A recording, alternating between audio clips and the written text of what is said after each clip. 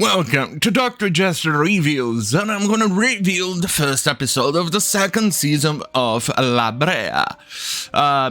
Is it good?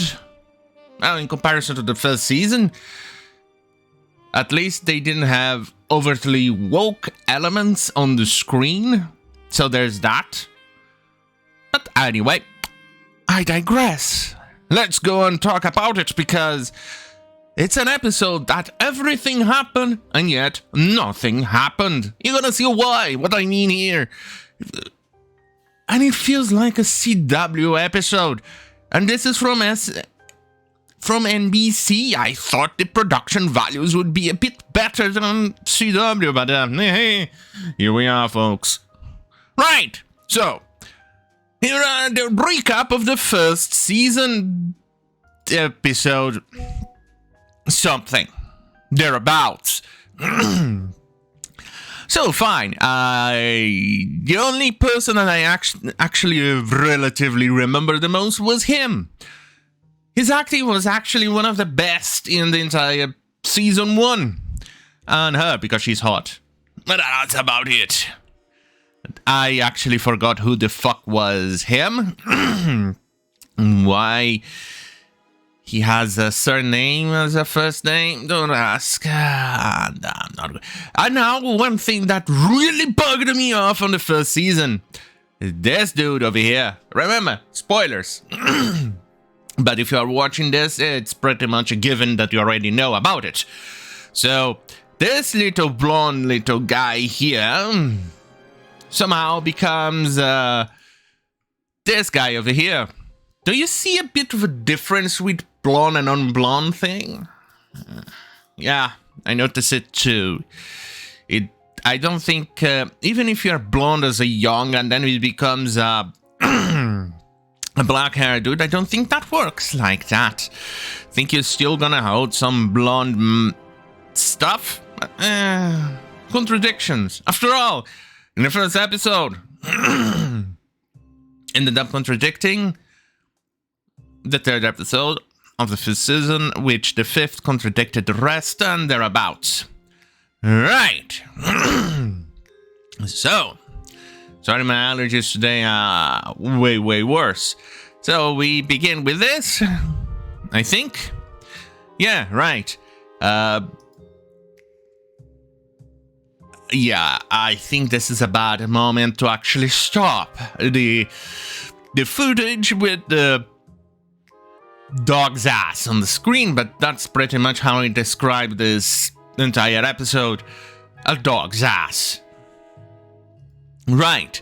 So suddenly the girl plays, and then suddenly shit begins to happen, and Hollywood begins to fall apart.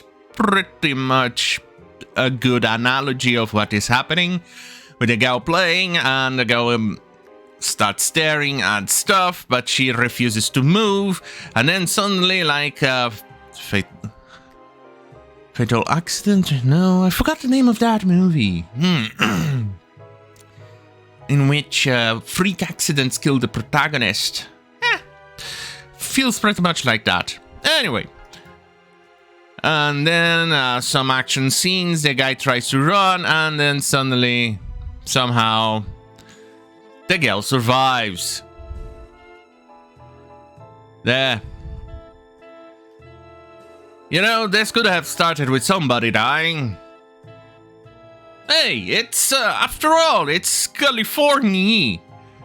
And being California, it's pretty much leading to Latin American levels of violence, so it would be more realistic seeing somebody die in California. But here we are. Then later on you're gonna see why she didn't die. No, it's because... No, you know what? Let me just go right ahead and say it, because it's boring. It's because the entire scene happens in 1988, when California was at the border of becoming Latin American violence. So they were still relatively civilized back then. So that's why she was safe. California was still civilized. Well, anyway, moving on. There's a big hole, huge bunghole on the mountain in LA, I believe. And then we have these folks over here, which I actually forgot who he was. Took me a while, but I remember he was suffering from cancer or something. And then they talk, and I completely forgot the name of all of these people. Moving on, because their impact has been absolutely minimal. And then they talk. Too much talking, moves nothing. And then they have this old guy here who is hostage to the people in here from the future. But technically all humans here are from the future, so... Anyway. And they try to torture him, but it feels odd. His makeup, really bad. Look at his beard and his hair, it looks fake. If it's real, Jesus Christ, what the fuck they are using on your hair?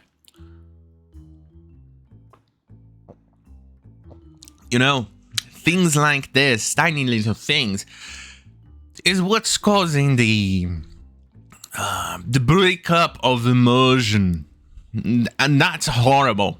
Anyway, he is suffering from dehydration because they are torturing him, and then they force him to drink water, and then they spit on them. Yeah, I don't care. Moving on. And then this guy, which is, I think it was the doctor, becomes losing it.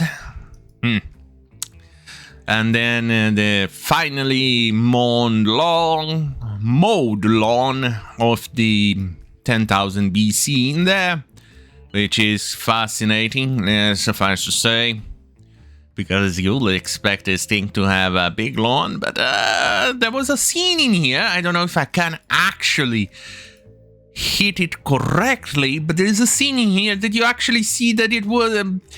that they just recently resurfaced some lawn, added some new squares of lawn, 1 foot square of lawn. You can see the little blocks. Jesus Christ. One moment.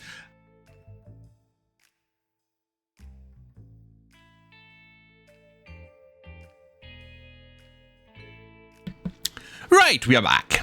Yeah, my allergies today are acting like an SJW. Getting triggered. Alright, moving on. Yeah, I don't think I can. Let's see if I can. No,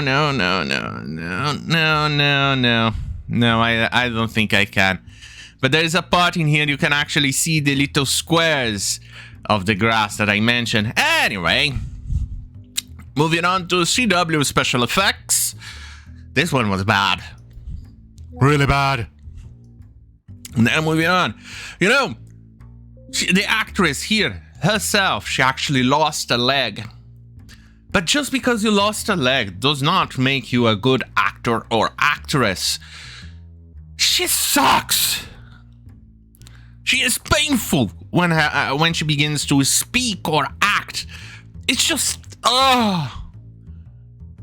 you know, they could have found somebody else. But, it's Brea type of situation where nothing makes a literal sense.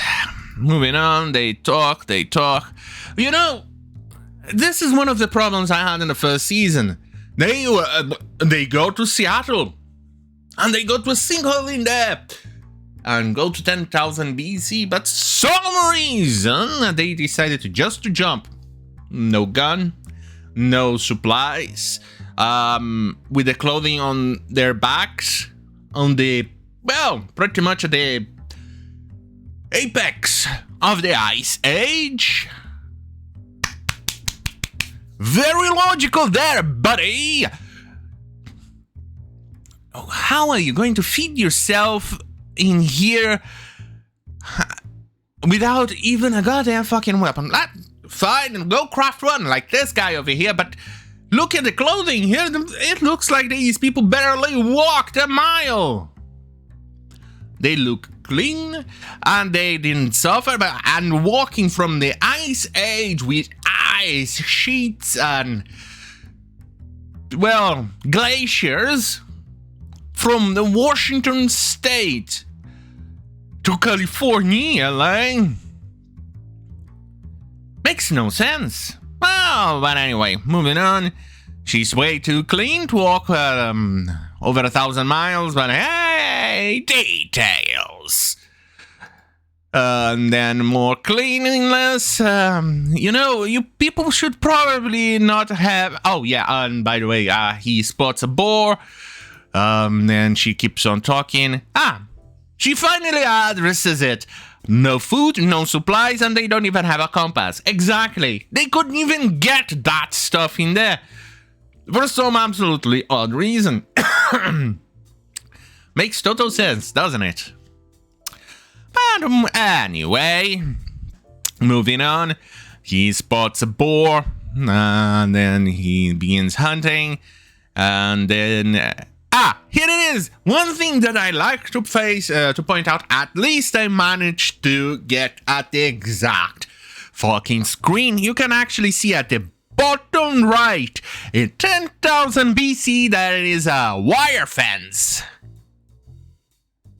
In the middle of nowhere. And it's not even in the location where the sinkholes happened. Bravo! You could have actually at least done in the post or reshot the scene. Couldn't you idiots actually have noticed the little mesh fence over here? I mean, it's pretty clear there is a fence over here. Right, moving on. It's these tiny little mistakes that once you start with... Okay, let's immerse, and then suddenly mistakes like that appear. Anyway, he then throws the spear onto the boar. And then there's like a woolly rhino showing up with CW special effects, starts chasing him. You know, when it's a static image like this, it kind of looks okay, but the moment it starts showing animation or it moves a little bit, it throws you off really badly. And then he runs, a bit like Ace Ventura, then he trips because it's the normal thing to happen, and then somehow the woolly rhino is somehow chasing them, and then they show up here in California, 1988. We all know that from the goddamn fucking nonsense, and they don't realize it.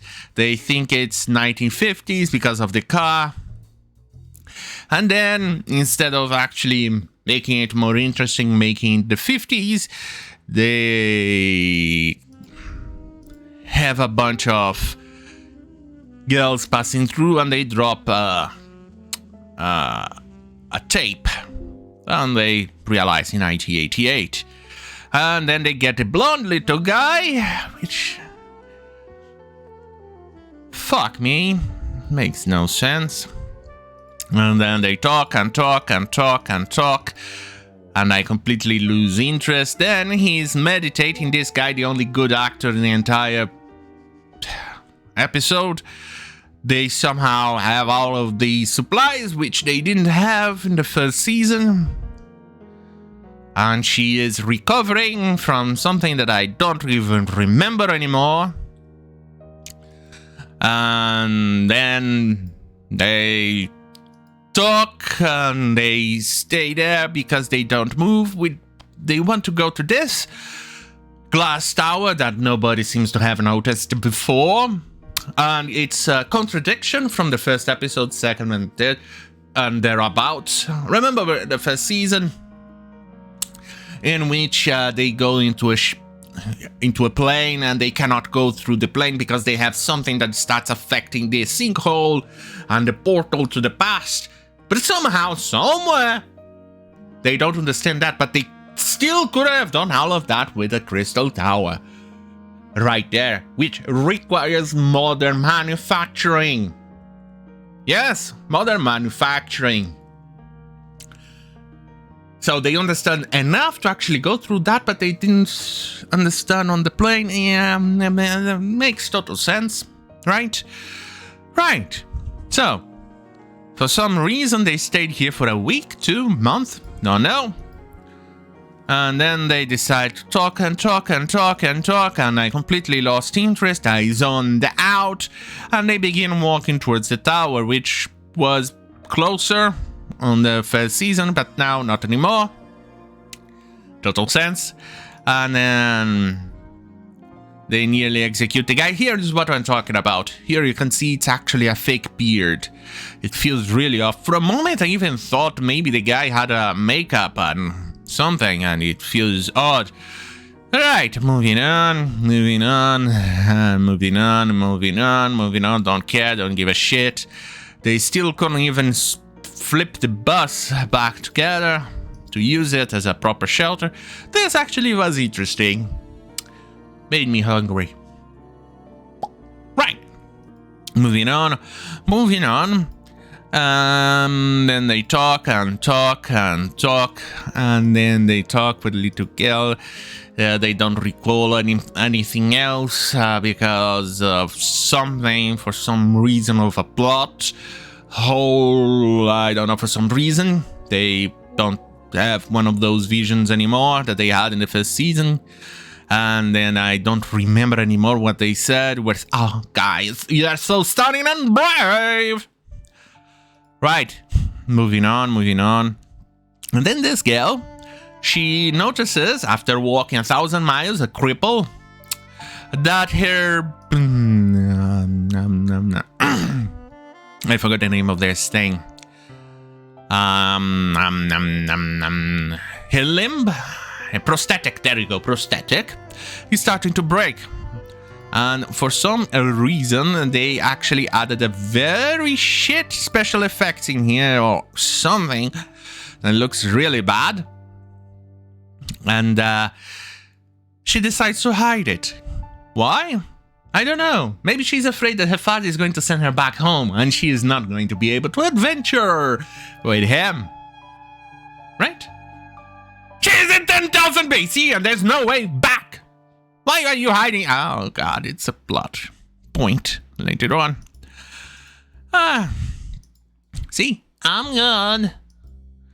For the love of God, instead of actually wrapping something there just to help. After all, you walked at them thousands of miles in relatively mild winter clothes in the middle of the Ice Age. Yeah, details.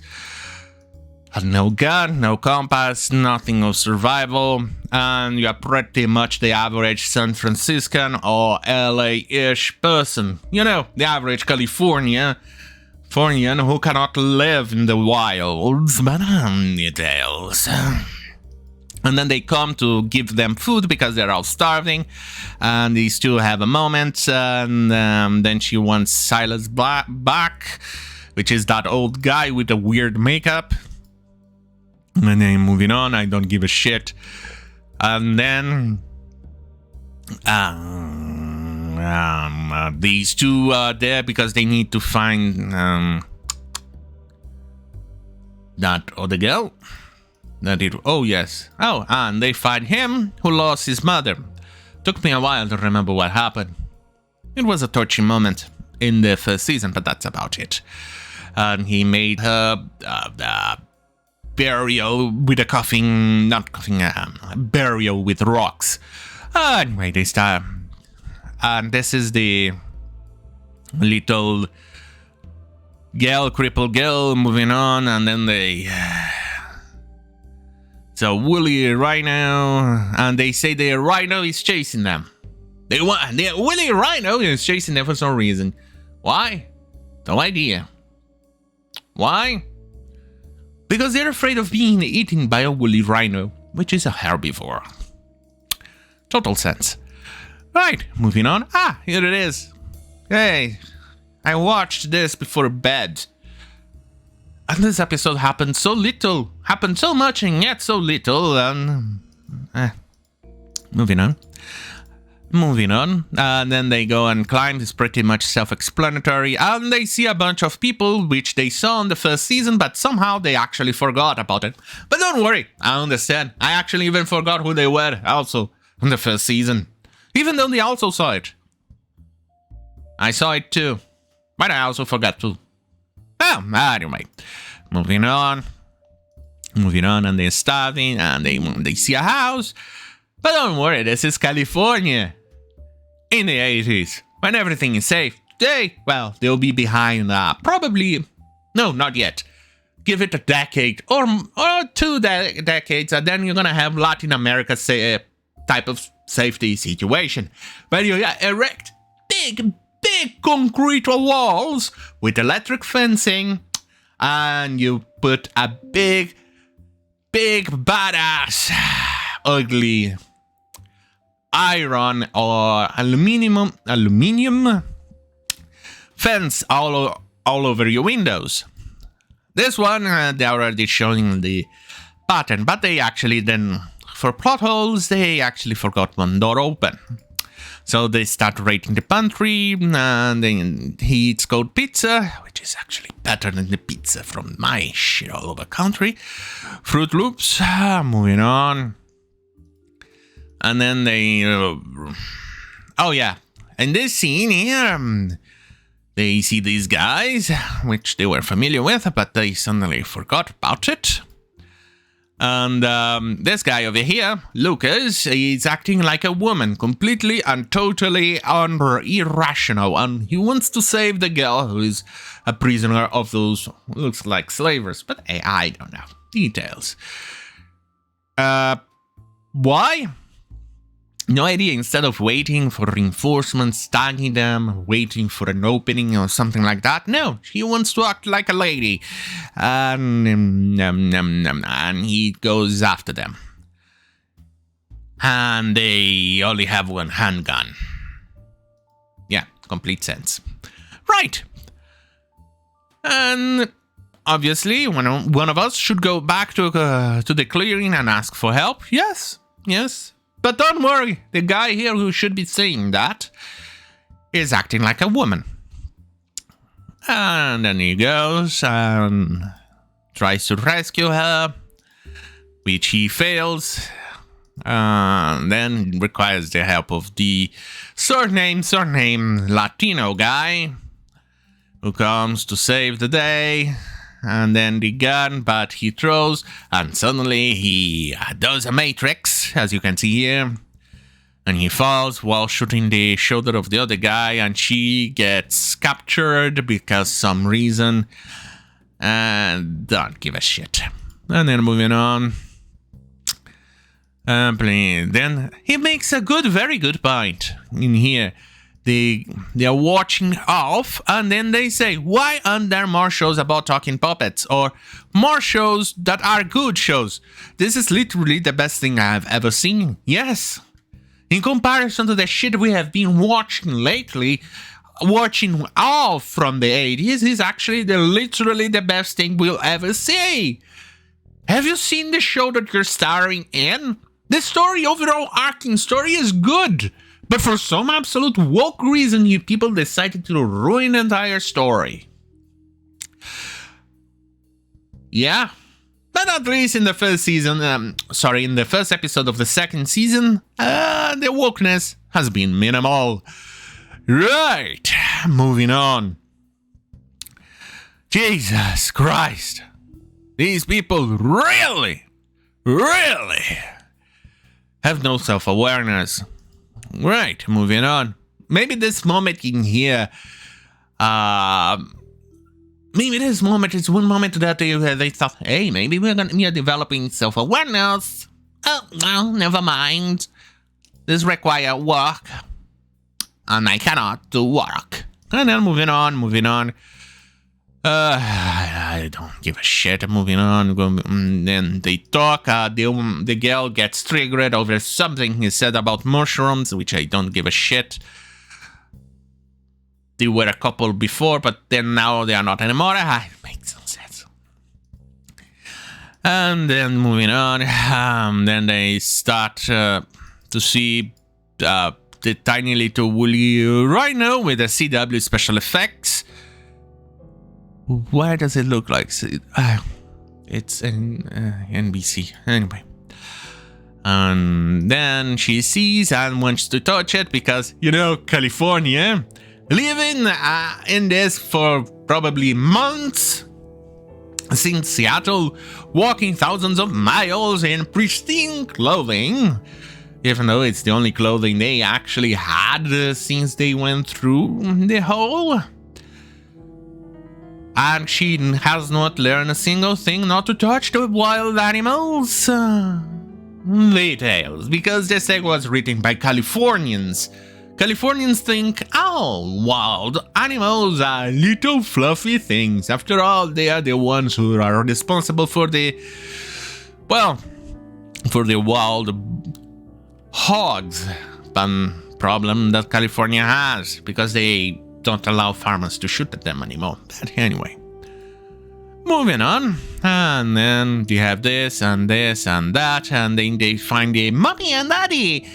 But don't worry, I'm just misgendering them. It could very well be a mommy and a mummy. Or a daddy and a daddy. Hey!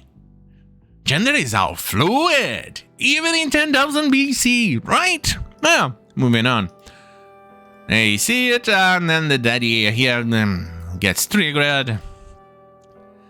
Oh yeah, by the way, this is where the bit where she decides to hide it for the plot hole kind of bites her in the ass.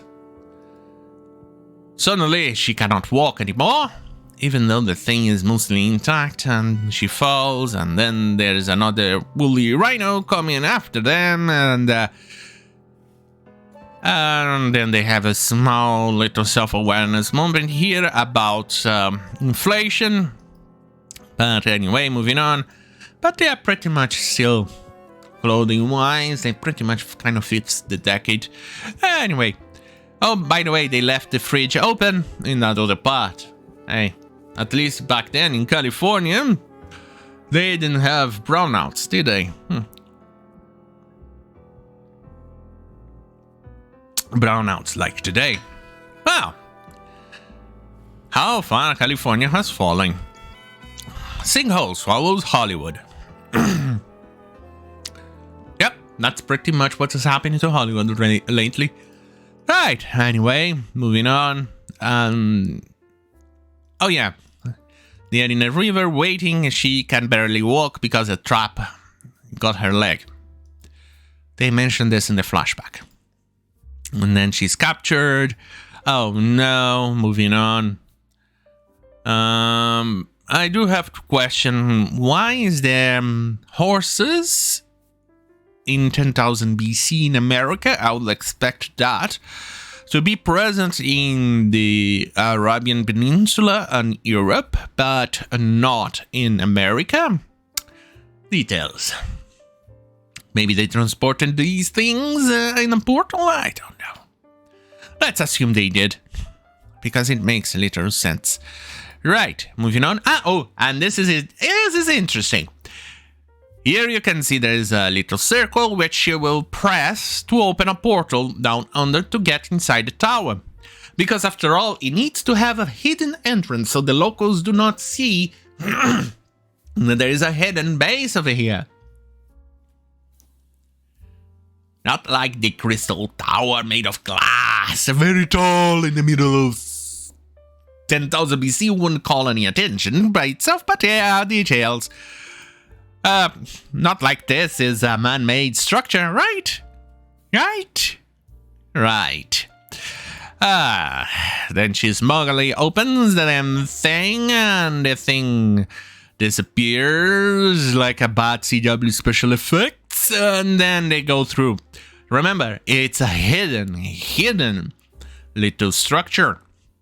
Because the people in here in 10,000 BC cannot know that there is like a big crystal tower in the horizon. And then they arrive at the clearing. Well, still have not flipped the cars. Moving on. And then the guy here decides to capture himself as a valiant act. Don't ask. He is never leaving her. And then she gets all happy. And then the guy here, her father, ties a little shoelace thingy, which is something that she should have done before. And don't worry, 10,000 BC. And then they actually see the remnants of Hollywood thing, hole, which don't worry, I'm pretty sure those two will eventually show up. You know, those from 1988. From here on, I started just to completely lose interest, but thank God it's nearly over. And then they see the structure there from the clearing. And they start walking there. Congratulations, you walked thousands of miles and your clothing is clean and looks like you just left home. They're right. And then they go walk. She suddenly walks more and goes to a car. I don't give a shit. Then they walk. And then suddenly she goes and aww. And done. Fuck myself, this thing is done. Overall, nothing on your face. Woke, but don't worry, they did the same exact thing on the first season. In the last episode, it was so woke that I just was tired. But then again, it began really appearing there, exponentially increasing the wokeness from second episode. The first episode is to catch you, and the second episode is to shove the propaganda. So, a lot happened. And yet, nothing happened. Right, so that's the first episode of the second season of La Brea. If there's a good reception of this review, I shall continue on the second episode. Otherwise, well, this is a one-off. Jesus Christ. On that goddamn fucking hell, have a great fucking night. Now I need to deal with my allergies.